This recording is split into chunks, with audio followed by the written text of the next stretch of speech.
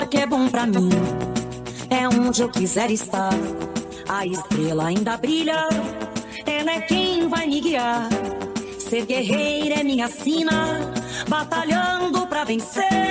Tenho voz pra ser ouvida, tenho sonhos pra viver. Não vão mais conseguir me anular, me calar.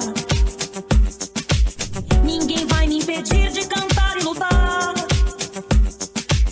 Seja em casa, no campo, na rua ou na praça, chega de mordaça, agora eu vou falar.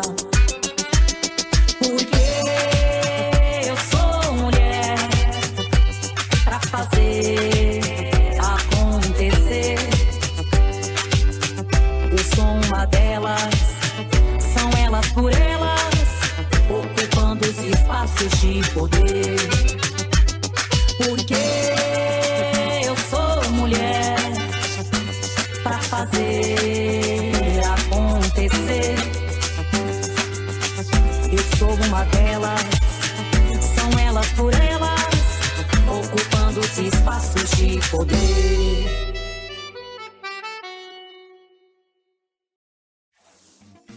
Começa agora o TV Elas por Elas. E na aula de hoje vamos falar sobre mulheres negras e a resistência no Distrito Federal, com Brena Villanova, militante do Movimento Negro Unificado. Olá, eu sou a Brena Villanova, sou moradora aqui do Distrito Federal. Eu sou militante do Movimento Negro Unificado, especificamente, mas também de outras organizações do Movimento Negro, especificamente aqui dentro do DF. E eu tô dentro do MNU, que é a minha base também, né, onde eu sou forjada diariamente. Eu acredito que esse ano, em novembro, dia 20, vai fazer 4 anos que eu tô filiada e que eu venho me mobilizando, né, junto com o MNU. Mas eu acho que também a minha militância antecede, né, as organizações do MNU dentro do MNU, né? Eu venho também de organização de grêmio estudantil nas escolas, então a minha trajetória foi muito moldada também, nesse campo de engajamento político. Então, pensando em militância, é um pouco disso também. Academicamente ou profissionalmente falando, eu sou pesquisadora na área de relações raciais, da sociologia e também relações de trabalho. Sou graduanda, estou finalizando a graduação agora em sociologia e ciências sociais pela Universidade de Brasília. Eu acredito que é um pouco disso. Pensando a participação, a inserção das mulheres na universidade também, principalmente no campo da pesquisa, eu acho que a gente ainda precisa avançar muito. É, Infelizmente, é muito desvalorizado, né? Tanto no quesito de pesquisa, né? O que é que as mulheres estão pesquisando ali, muitas vezes é muito subjugado, é desvalorizado. é, e eu tenho essa dificuldade muitas vezes na universidade, aí pensando que eu estou pesquisando, inclusive, eu estou numa área, na verdade, dentro do campo da sociologia, que é muito embranquecida, né, que é a sociologia do trabalho.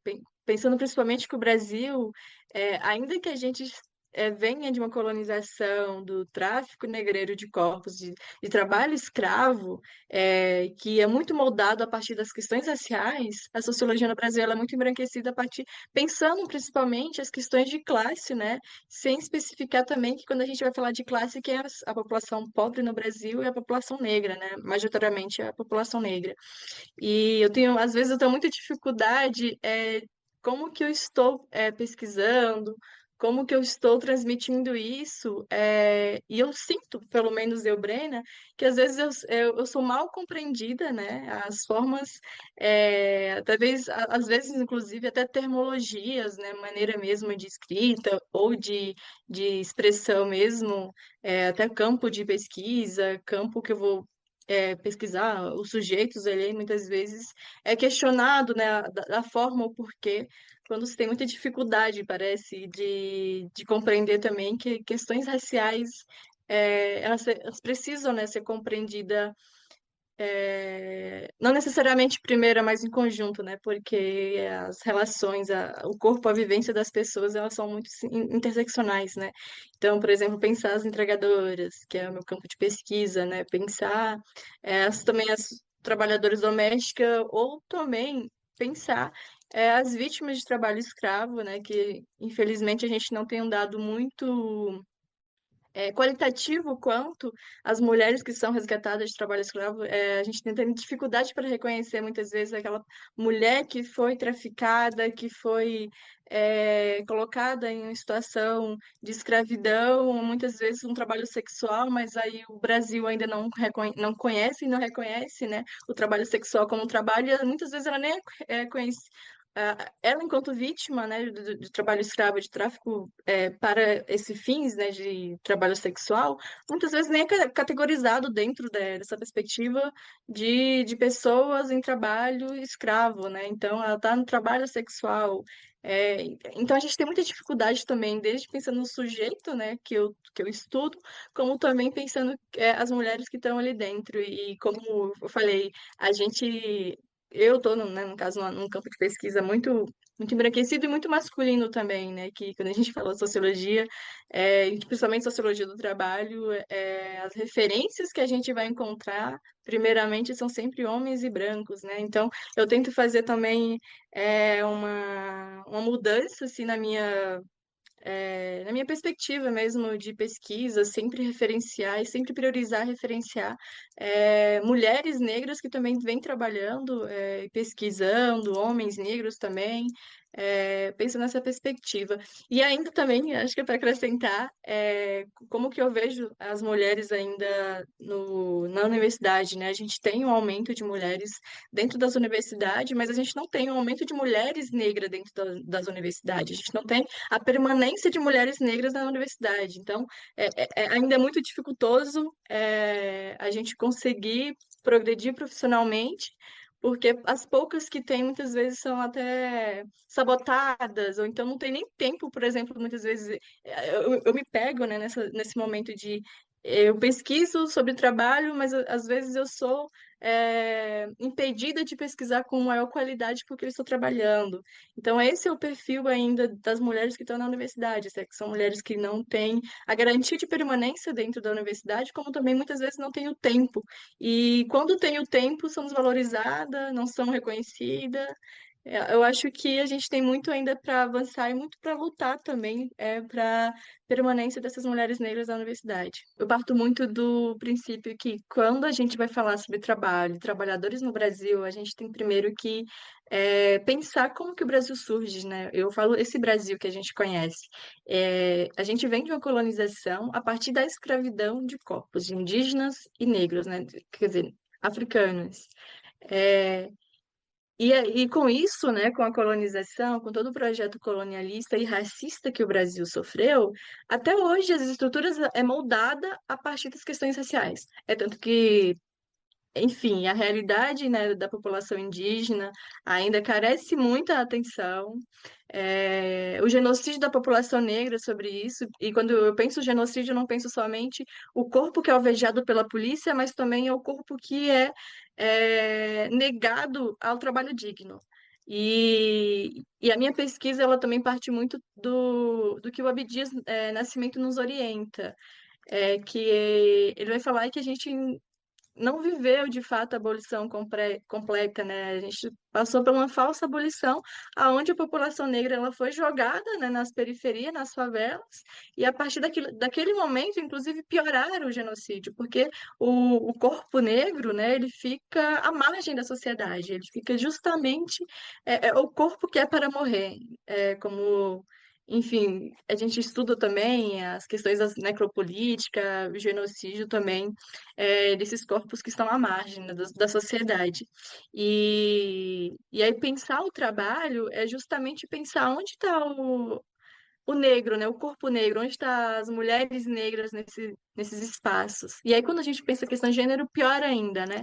Porque a mulher foi colocada ou para ser doméstica, né, que é a continuidade, inclusive, das relações de trabalho desde a colonização, ou muitas vezes para o trabalho sexual, que aí é o que a gente vê, inclusive, hoje nos dados também sobre esse trabalho escravo, aonde que, vamos pensar, por exemplo, pessoas resgatadas de trabalho escravo. Como eu coloquei, as mulheres são resgatadas de trabalho sexual, a maioria das mulheres, né, que são resgatadas são do trabalho sexual. Então, de fato, pensar o corpo negro no trabalho no Brasil hoje, infelizmente, a gente ainda está vivendo, ainda está passando por essa subalternização, essa marginalização do corpo, do ser, do próprio ser ainda, que a população negra ainda não alcançou o trabalho digno. E aí isso muito vem também, obviamente, da falta de educação de qualidade, da falta de oportunidade e principalmente do racismo, né? Que aí o racismo estrutural, pensa na sociedade que não tem como falar de trabalho sem pensar também no racismo no trabalho, né? Porque todas as estruturas, né, que define o que é o trabalho digno, ele também define a partir da questão racial. E aí, entrando um pouco também na minha pesquisa, né, que eu faço um trabalho sobre as relações, né, dos entregadores por aplicativo, dos entregadores e entregadoras por aplicativo, com as semelhanças, né, do trabalho escravo contemporâneo, que aí eu estou trabalhando já esse conceito mais atual, né? Porque a gente tem essa falsa abolição de fato, o trabalho escravo, ele se torna ilegal, nesse momento que a gente está passando, ele é ilegal, mas ele não acabou. Então, ele é um trabalho escravo, ainda que criminoso, ele ainda acontece, né? Nesses moldes aí da contemporaneidade, como foram os exemplos que eu trouxe. E os entregadores também pensando qual a estrutura, qual o local, né, com as condições especificamente que esses entregadores e entregadoras vivem e vivenciam no seu trabalho. E é uma luta muito essencial e muito importante para a gente pensar e trabalhar no contexto brasileiro, porque hoje a gente tem milhões, né, de entregadores e entregadores entregando lanche, e alimentos, mas que não tem dignidade alguma para exercer esse trabalho e, quiçá, segurança no trabalho. O que a gente tem encontrado, inclusive nas pesquisas, é que a ausência de ponto de apoio muitas vezes coloca mulheres e homens, né, em segurança, principalmente as mulheres, né? Porque onde que uma mulher vai trocar um absorvente? Onde uma mulher vai utilizar o banheiro? Inclusive aqui no DF, a gente tem casos de mulheres que, por não ter um ponto de apoio com banheiro e seguridade para exercer a sua dignidade, sofreram violência sexual porque foram buscar bares para fazer suas necessidades fisiológicas. Foram, ou, enfim, em outros espaços, muitas vezes, sei lá, algum banheiro, né, que são mais isolados, algumas mulheres sofreram violência sexual e vêm sofrendo violência sexual também pela falta de segurança que essas mulheres é, carece pensando, né, o ambiente de trabalho, pensando o local, né, que são colocadas, de fato são jogadas, né, a mercê debaixo de árvores, que essa é a realidade das entregadoras e entregadores em Brasília, é que não tem um ponto específico para que é o ponto de apoio, que seria o espaço onde essa classe laboral trabalharia e esperaria, né, o aplicativo tocar ali para, enfim, fazer suas demandas. E a ausência disso tem levado, inclusive, violências graves, né? Porque violência sexual, a gente sabe também que a questão do machismo que piora, tem outras questões para além de somente a violência sexual, que, enfim, isso é uma das coisas mais graves que uma mulher pode sofrer, enfim. E pensando toda essa insegurança que são colocadas também, outras inseguranças, né? Porque em momentos de chuva, muitas vezes, até para dar continuidade de um trabalho de qualidade ali, o celular descarrega, não tem onde carregar, então são inúmeras questões que vem sofrendo. E aí um ponto também que eu tenho analisado, né, de uma entrevista específica que a gente realizou no grupo de pesquisa da UNB, é que algumas entregadoras nos relataram, né, também a violência que sofrem a partir dos pedidos, né? Muitos homens ali, às vezes está em um hotel, e aí pede alguma encomenda e chega lá, as mulheres são violentadas, porque eles pedem para subir até em cima. Muitas vezes é uma casa, então, enfim, acaba entregando ali na porta. Já nos relataram também essas violências. E aí, quando a gente vai ver, enfim, buscar entender como que vai denunciar isso, o aplicativo fala, qualquer questão que você passar, chama a polícia. Mas como que, sabe? É, até provar que isso aconteceu, qual a segurança que esses aplicativos estão garantindo, né, para essa classe laboral, para esse corpo, principalmente é um corpo que é vulnerável, que inclusive a maioria dos entregadores e entregadoras no Brasil e em Brasília são corpos negros, e inclusive a gente tem visto, né, quando se trata dessas questões assim de pensar a perspectiva de gênero, quando são homens, a maioria são jovens. Inclusive, a gente está tendo uma juventude que está na precariedade. E, enfim, tem sido muito complicado estudar isso, como também muito urgente que as universidades, os poderes públicos e as organizações, até mesmo militâncias e órgãos, né, responsáveis, precisam abraçar essa causa, né, abraçar de fato a luta dos entregadores e entregadoras no Brasil. E aí um outro exemplo que eu queria usar também pensando exclusivamente, né, sobre a segurança das mulheres, é, ainda no contexto também de violência e de racismo, principalmente, é que os entregadores e os entregadores, a maioria, inclusive, nos relatam que eles são impedidos de utilizar o banheiro ou beber água nos estabelecimentos, né, que eles estão fornecendo ali o seu trabalho, por exemplo, principalmente nos shops, eles não podem ficar dentro do shopping porque, enfim, tá com seu bag, tá bem caracterizado enquanto entregador, então eu, inclusive, estudo pensando nessa questão racial, né, que o corpo da entregadora e do entregador, ele é, já tem uma categoria, assim, uma categoria social, né, uma visão social que é quase que racial, já é um trabalho racial, de fato. E aí uma entregadora até comentou o seguinte, que ela foi entrar no elevador para levar a encomenda no apartamento e tinha uma mulher branca que estava com um cachorro. E a mulher falou que não que tava chovendo, né? E a dona ali, dona não, perdão, a mulher do apartamento, né, que estava entrando, falou que a entregadora não podia dividir o elevador com ela porque ela ia molhar o cachorro dela. E aí eu analiso isso como aquela visão mesmo da sinhá, né, da casa grande, que enxerga inclusive o animal como superior ao corpo de uma entregadora que era negra, inclusive, uma mulher autodeclarada negra, porque a visão desse trabalho, inclusive, ele já se racializou, né? Porque até eles mesmos falam, eu sou quase que uma escrava, né? E a gente sabe que a termologia também obviamente, e nos termos legais, a gente não vai entender enquanto escravidão, mas a gente não pode deixar de analisar isso a partir também das literaturas, das análises, né, sociológicas, muitas vezes, o quão que esse trabalho ele tem semelhança, sim, de um trabalho escravo que é um trabalho racializado, né, é um trabalho colonizado, e se torna colonizador ainda, só que em outros termos. E as novas formas de trabalho têm buscado maneira e dispositivos para dar continuidade a um trabalho colonialista, a precarização do trabalho que se semelha assim à escravidão. A gente está chegando no Novembro Negro. Eu acho que é inevitável, né, qualquer militância do movimento negro, né, não tocar nesse ponto que é essencial e foi uma luta, né, muito longa, inclusive é uma luta do movimento negro unificado, a data do dia 20 de novembro, como também tornar feriado. Isso é uma conquista muito importante para o movimento negro. E a marcha também ter escolhido, né, ser no dia 25 de novembro também, que estamos ainda, né, na data da marcha estaremos ainda em Novembro Negro. E aí pensando, né, que a gente vem com essa marcha, né, reparação e bem viver.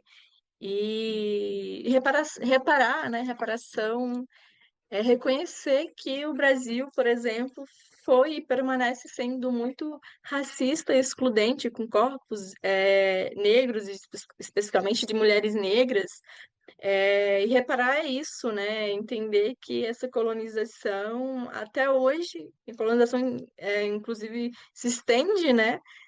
Até hoje que inviabiliza, né? A possibilidade da mulher negra exercer um trabalho digno ainda. exercer um trabalho de qualidade, estar dentro das universidades de forma qualitativa, conseguir e garantir, inclusive, que vivam com seus filhos, né? Porque quando a gente pensa mulher negra, no geral, principalmente mães, a gente tem história triste, né? Porque mães negras estão enterrando seus filhos jovens. Então, são muitas demandas, são muitas questões ainda que a gente tem debatido e discutido para que seja reparado, né? E, primeiramente, pensar a reparação, que isso é garantir, né, a existência e a continuidade dessa população, da vida, continuar que jovens mulheres negras consigam exercer, entrar na faculdade, permanecer na faculdade, conseguir um trabalho digno, garantir que se casem e que não precisem enterrar seu companheiro, sua companheira cedo, porque a gente também vive esse genocídio ainda da juventude, do corpo jovem negro, né, da mulher, da jovem mulher negra, do jovem homem negro. Então, são muitas barreiras ainda, que a gente precisa enfrentar e precisa, sim, de projeto político para reparar, para garantir que tenhamos, né, segurança pública de qualidade antirracista, né, para que a segurança pública não vá alvejar o filho daquela mulher negra, não vai alvejar a filha daquela mulher negra, que a segurança pública não vai criminalizar a existência daquele corpo e impedir também o acesso político, social, que a política brasileira também coloque mulheres, inclusive estamos nesse momento marchando, mas também um momento mais recente agora, que não é tão recente assim, mas com a saída do Barroso, né, com a aposentadoria dele, a gente também pede que seja que política pública também, ou não necessariamente política pública, mas escolhas políticas também se transformem, né, em políticas públicas, em acesso a mulheres, inclusive mulheres negras no STF. A gente não tem ainda, e isso é uma campanha que estamos vivendo nesse momento.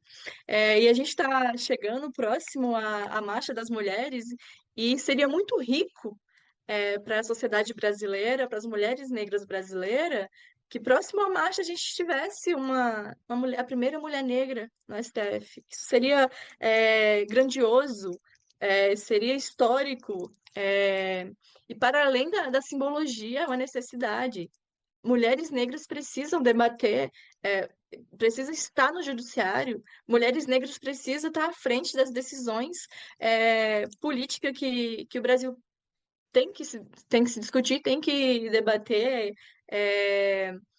e trabalhar, né? Então, pensando na Marcha das Mulheres, pensando todo esse contexto que estamos vivendo atualmente, também com a aproximação do 20 de novembro, o que eu vejo são isso, né? As inúmeras barreiras aí sociais e políticas, culturais, apagamento, violência e exclusão, que precisam de política de reparação. E a gente também está com a PEC 27, que é um projeto para reparar, né, a população negra, que será, né, destinado verba específica para reparar essas violências históricas que corpos negros sofrem no Brasil, e que a gente tenha, sim, garantia que mulheres consigam acessar a universidade, que mulheres tenham trabalho digno, que mulheres permaneçam e cresçam e casem, tenham filhos e filhas de forma segura. Então, estamos em marcha, estamos marchando justamente para garantir dignidade plena, o bem viver de fato, porque a sociedade brasileira negra, o povo negro no Brasil, até o momento hoje, não teve bem viver. A gente está lutando incansavelmente por reparação, mas até o momento a gente não conseguiu reparação e muito menos bem viver. E para a gente conseguir o bem viver é necessário reparar, é necessário que tenhamos seguridade, né, para dar continuidade à nossa vida, para a gente conseguir, de fato, construir a vida, a história, viver com dignidade.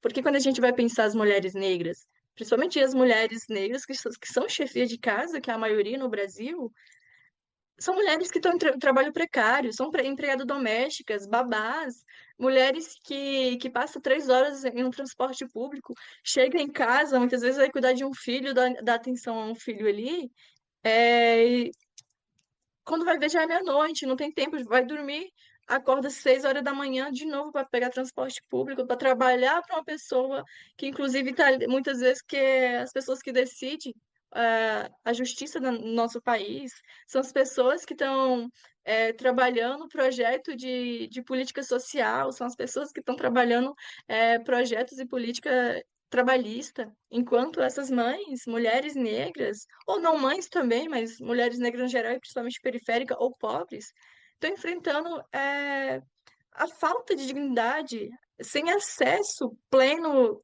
da vida social. Muitas vezes não tem garantia nem de que o final de semana vai conseguir tomar um sorvete com uma amiga, porque cansados, sabe? As mulheres negras estão de fato muito sobrecarregadas. Para além da violência sistêmica e política, social, cultural, a gente também está sobrecarregada, porque para sobreviver no Brasil de hoje, né, para a gente sobreviver a um país tão desigual economicamente e especificamente racista também, mulheres negras se desdobram muitas vezes em jornadas triplas de trabalho, dois empregos, trabalho doméstico em casa. Quando não é trabalho doméstico em dois empregos e trabalho doméstico em casa. Então é por isso que a gente marcha, é por isso que a gente convoca todas as mulheres negras e toda a população negra e toda a população no Brasil para marchar com as mulheres negras para que a gente consiga, de fato, garantir que essas mulheres tenham pleno bem viver, que as mulheres consigam ter dignidade na vida, que consiga é, ter uma vida digna mesmo. Eu acho que é isso, é até um pouco repetitivo, mas é isso. A gente pede dignidade, a gente pede segurança. E o que eu penso, pensando também o projeto que a gente pensa de Brasil é que todas as pessoas, todas as mulheres, principalmente mulheres negras, né, nesse contexto, que estejam junto na luta com a gente. É muito importante a mobilização e a permanência, inclusive, de mulheres negras nos partidos políticos, nas conferências, nos congressos, nas assembleias, tudo que for construído no seu território, se meta, entre lá, se envolva, trabalhe também políticas locais. É muito importante que as mulheres negras estejam inseridas nos debates sobre cultura dentro do território. É muito importante que mulheres negras estejam inseridas nas discussões políticas de segurança, política de dignidade de trabalho, de tudo que pense direitos políticos, sociais, culturais e afins. O que se pensa direito, a mulher negra precisa estar inserida. Eu penso que a base da sociedade tem que partir principalmente entendendo essas interseccionalidades. Quando a gente pensa em mulher negra, a gente sabe que é o primeiro corpo que está ali na margem. Que é a mulher que está no trabalho, na tripla jornada de trabalho, é a mulher que não está conseguindo garantir nem dignidade para sua criança, muitas vezes, porque não está dando conta, que não está dando tempo, não consegue ter tempo para cuidar de uma criança, muitas vezes. É uma mulher que, às vezes, não tem nem perspectiva, né, de casamento, ou, enfim, de construção familiar, porque está sobrecarregada. Então, o que a gente pensa é que é muito enquanto movimento negro, né, e enquanto mulheres que são em marcha, a importância de mulheres negras se mobilizar, tanto no campo político, cultural, artístico, seja o que for, que se pensa direitos, as mulheres negras têm que se envolver. E, e para fechar, eu acho, assim, pensando nesse tópico, convocar mesmo, sabe, todas as mulheres negras a se movimentar, sabe? Eu acho que a Marcha das Mulheres Negras, minha perspectiva, é que a gente conseguiu unir o máximo, sabe, de mulheres negras, né, dessa diversidade de mulheres negras, e que a gente consiga, principalmente, abraçar essas mulheres que estão tão longe, né, assim, tão distante, na verdade, da luta política e da mobilização, porque são mulheres que não têm tempo também, é isso, sabe? Não é qualquer pessoa que tem disponibilidade para estar na militância. disponibilidade de tempo, né? Porque disponibilidade, no termo geral, a gente é forjado a militar, a gente é forjado a estar na militância porque a gente está o tempo todo cobrando direito, a gente está o tempo todo pedindo algum direito.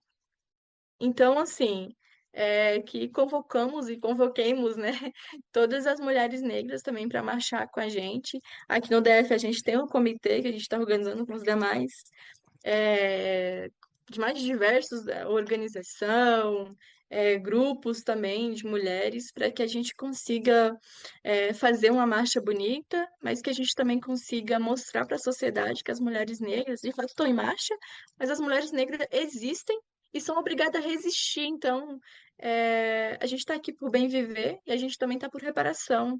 E, por fim mesmo, é só convocar mais uma vez que é muito importante que a população negra, especialmente as mulheres, ocupem de fato as discussões, sabe, dentro de partidos, se coloque nas conferências, em todas as áreas que sejam possível para discutir política de sobrevivência nesse país.